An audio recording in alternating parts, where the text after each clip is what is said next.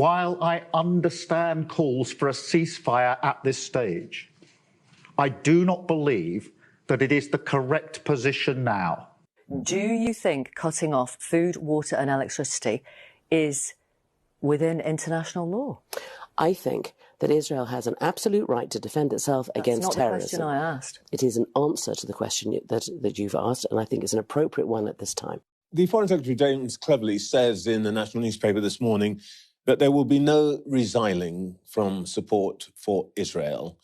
Do you agree with that? I think that must be right. All you've talked about, Owen, is your obsession, the obsession with so many people around the issue around Palestine. It's been an obsession forever. So do you think there are aspects of genocide in the dictionary version of genocide? I don't know.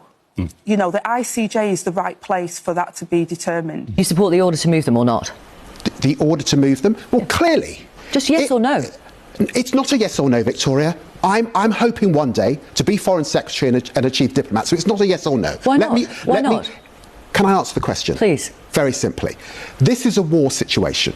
War is ugly. Yes. Very, very sadly, people die. Israel does have that right to defend herself. A siege is appropriate? Cutting off power, cutting off water? Sakir? Well, I think that Israel does have that right. It is an ongoing situation. Obviously, everything should be done within international law. Do you think Israel breached international law by cutting off water and power supplies?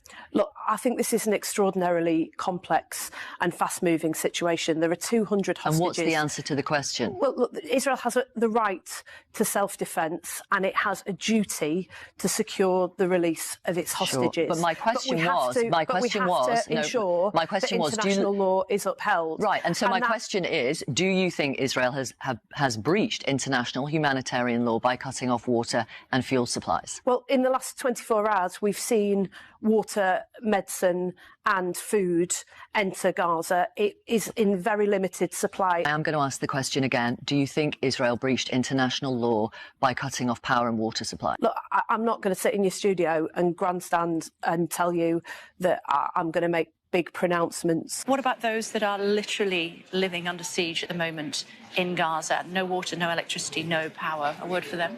No, nobody wants to see that situation, but we have to be clear where responsibility is. Responsibility with Hamas. I think it's very important that the world stands up and is clear about that and stands with Israel.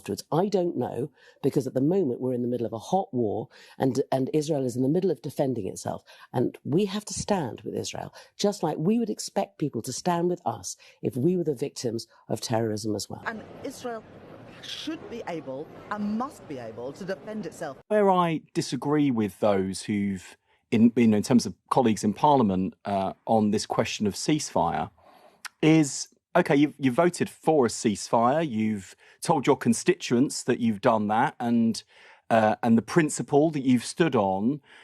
How's that come about? Where's this ceasefire coming from?